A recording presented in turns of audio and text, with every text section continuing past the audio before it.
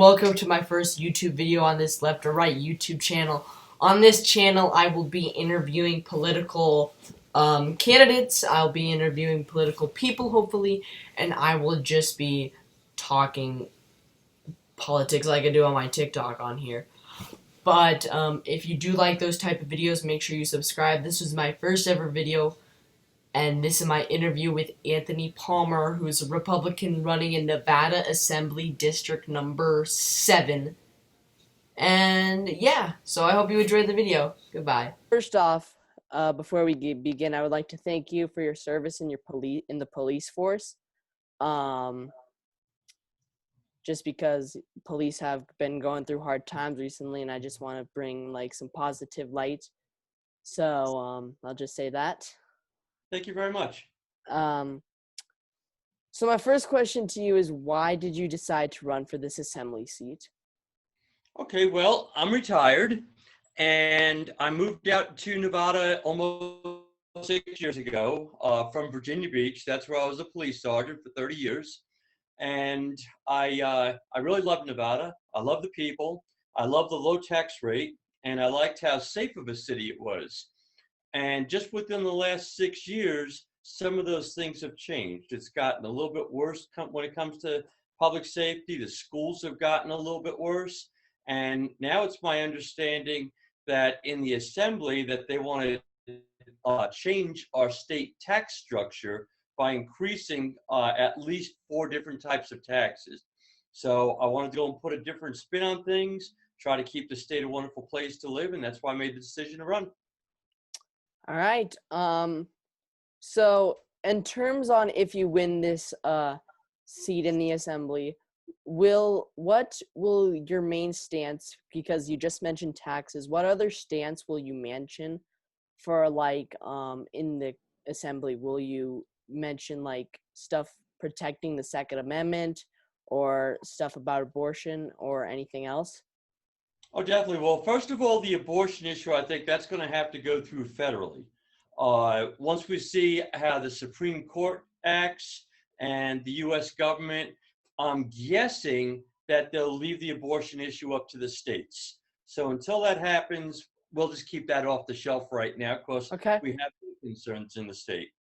Now, as far as the Second Amendment, I am a 100% Second Amendment follower. I believe that everybody that has the right to own a gun should have that right and have it maintained to own that gun.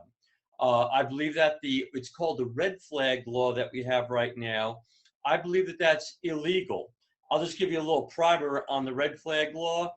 Basically, what it means is if an unknown person to you says that you're a danger to have possession of a gun, that the police can actually come into your house, confiscate your guns, and then you would have to go to court and file with the judge to get your guns back.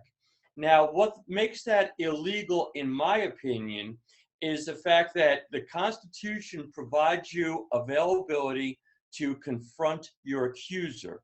But according to the red flag law, you never know who filed that complaint. You can't confront your accuser. And theoretically, it could take you 6 months to get your guns back, and it could cost you thousands of dollars if you wish to retain an attorney, just for an unknown person making a claim that you have no idea what it is. So that would be in reference to the Second Amendment. Obviously, I just discussed taxes. They want to do things like raise our property taxes. They want to put a higher tax on vehicles called a mileage tax, increase sales taxes, and change our state constitution to include a state income tax. Now, if you don't think that could happen, in our state constitution, one of our biggest businesses is the mining industry in the state of Nevada. In this last special session, about 10 o'clock at night, they came up where they basically increased the state mining tax by 3 times, and they put it where it would take 2/3 of a legislative vote to repeal that tax, which 2/3 of a vote between Democrats and Republicans is few and far between. It's not even just a majority. And I can see them looking to do this with the state income tax. Also, so a lot of things when it comes to taxes, my answer is no. No new taxes. We have to get rid of what's called the median business tax, which is a small business tax, and the corporate tax. So a lot of things that I want to do with taxes are no, and get rid of the old ones. That's Okay. that. And then my third platform is schools. I believe in what's called school School choice. choice. Our schools are ranked between 42 and 51st in the country, depending upon which poll that you have. If you look at a lot of platforms for our legislators that have been in there for term after term after term, they talk about making our schools better. Well, 25% of our taxes go to schools. Okay, people don't realize that 25%. And if you look on their websites, they talk about making schools better, but they're always horrible. What we need to do is something different, what's called school choice, or as I call it, parents' choice, where the parents could decide the school that you want to go to.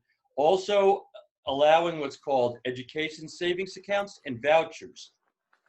So if the parents want to instead send you to a private school, a religious school, a vocational school, or even teach you at home, then the parents would then get that money instead of the schools so that they could provide for the children's education. Well, I can tell you just from my personal experience that the school system where I live in Washoe County is not that good. We've had many people switch from the public school. You see, I've never went to the public school system, which Right? I'm very grateful for. And there's recently, just like this past month, I'm in 8th grade, so I've been like touring our school to people, and people have just left the Washoe County School District. It's just like it's a massive migration. We've gained so much kids in the past month. It's incredible because the district is not that good in Washoe County. Right. And between county and federally, there's almost $8,000 a year that's spent on each student that the schools get. And that $8,000 could potentially go to your parents if they want to send you to a private school, religious school, or if they even want to homeschool you and hire tutors. That's their option that they could spend that $8,000 with. And what that's also going to foster is competition, because without competition, the schools are going to keep on doing the exact same thing they've done before, and they're just going to keep on staying stagnant and not very good education system in Nevada. It's just like car companies. Who makes the best car? Ford, General Motors, Toyota. Well, they all make great cars. Why? Because of competition. As soon as one person gets something, the next manufacturer does the same thing or better. And the same thing would happen with schools if you foster that competition. Yep. All right. So my next question is, do you see Nevada flipping red, or do you think it's going to stay blue in this most recent presidential election? I think that there's a very good chance we could flip red. There's a couple of reasons why we could flip red.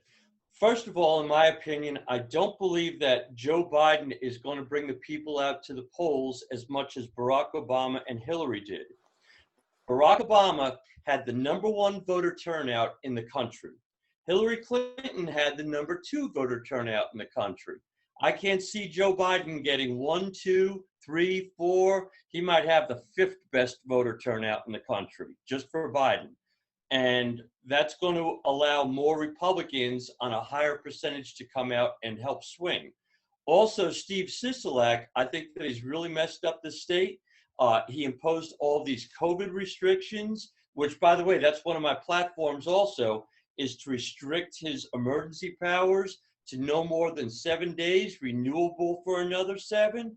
And after that, he'd have to go to the legislature for every week. Right now, he could keep us shut down for the next 2 years.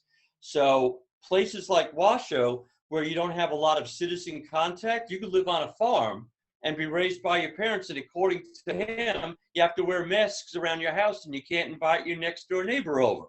It's Yeah. a little bit ridiculous. It's definitely an overreach. So with what I'm going to say now, what Sisolak has done, he's disenfranchised the voters. A lot of Democrat voters When I go to the polls and I knock on doors, they say, I flipped parties. I'm going to vote for you. I'm voting Republican because the Democrat Assembly, the Democrat are disenfranchised them. So yes, in answer to your question, I think us turning red is something very, very viable. Yeah, well, I'm just going to talk about Pennsylvania. I saw this thing. I don't know if it's true. I just saw it on social media. And it said that Pennsylvania gained 90,000 new Republicans and lost 70,000 Democrats. I don't know if that's credible or not, but it seems highly likely because, Joe Biden has recently gone against, he's Fracking? changed his position on fracking, yes. And then that's probably changed Pennsylvania's registration. Well, actually, he didn't change his position on fracking. What he's done is called pandering. Yep. Pandering is telling you what you want to hear. Okay? That's what pandering is doing, and that's what Joe Biden is doing. Yep. He said plenty of times, case in point, during the Democrat primaries on stage, he was going to stop fracking. He spoke for almost 45 seconds. So it's not out of context with one sentence.